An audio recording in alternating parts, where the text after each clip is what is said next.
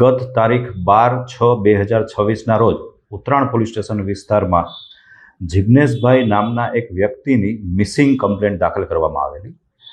ત્યારબાદ જિગ્નેશભાઈના mobile phone પરથી તેમના પત્નીને 50 લાખ રૂપિયાની ખંડણી માંગતો મેસેજ આવેલો, જેમાં જે મિસિંગ પર્સન છે જિગ્નેશભાઈ, તેના બદલામાં 50 લાખ રૂપિયા બેંકમાં જમા કરાવી જવા, અન્યથા જિગ્નેશભાઈની લાશ મળશે તે પ્રકારનો ધમકી ભરેલો મેસેજ મોકલવામાં આવેલો. ઘટનાની ગંભીરતાને ધ્યાનમાં લઈ તાત્કાલિક ઉત્તરાણ પોલીસ ડી સ્ટાફ સહિતની તમામ ટીમો કામે લાગી ગયેલ અને ટેકનિકલ ઇન્ટેલિજન્સ તેમજ હ્યુમન ઇન્ટેલિજન્સના આધારે જે મેસેજ છે એ મેસેજ કરનાર વ્યક્તિ ઉજ્જૈન પાસે મધ્યપ્રદેશ ખાતે હોવાનું જાણવા મળેલું અને તાત્કાલિક ટીમો બનાવી ઉજ્જૈન ખાતે રવાના કરવામાં આવેલ.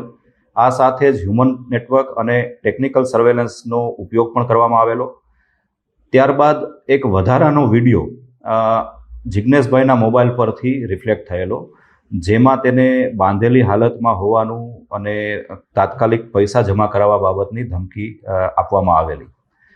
આ વિડીયોના આધારે હ્યુમન રિસોર્સિસના આધારે અને બાતમીદારોના નેટવર્કના આધારે આ વિડીયો ગોધરા ખાતે બનેલ હોવાની જાણકારી મળેલી.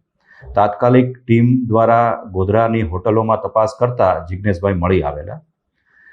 તેની પૂછપરછ કરતાં જાણવા મળેલું કે તેઓ પોતે 50 થી 60 લાખ રૂપિયા શેર સ્ટોક માર્કેટમાં ઓપ્શન ટ્રેડિંગમાં ગુમાવી ચૂકેલા અને તેને કારણે પોતે ખૂબ ખોટમાં ગયેલ હોવાથી પરિવારજનો અને અન્ય સગાવાલાઓ તેઓને મદદ કરે તેવા હેતુથી ખોટી રીતે આ પ્રકારના મેસેજ કરી પોતાનું અપહરણ થયાનું નાટક ઊભું કરેલું અને આ સંદર્ભે ઉત્તરાણ પોલીસ દ્વારા જિગ્નેશભાઈ વિરુદ્ધમાં ગુનો દાખલ કરી કાયદેસર કાર્યવાહી હાથ ધરવામાં આવી છે.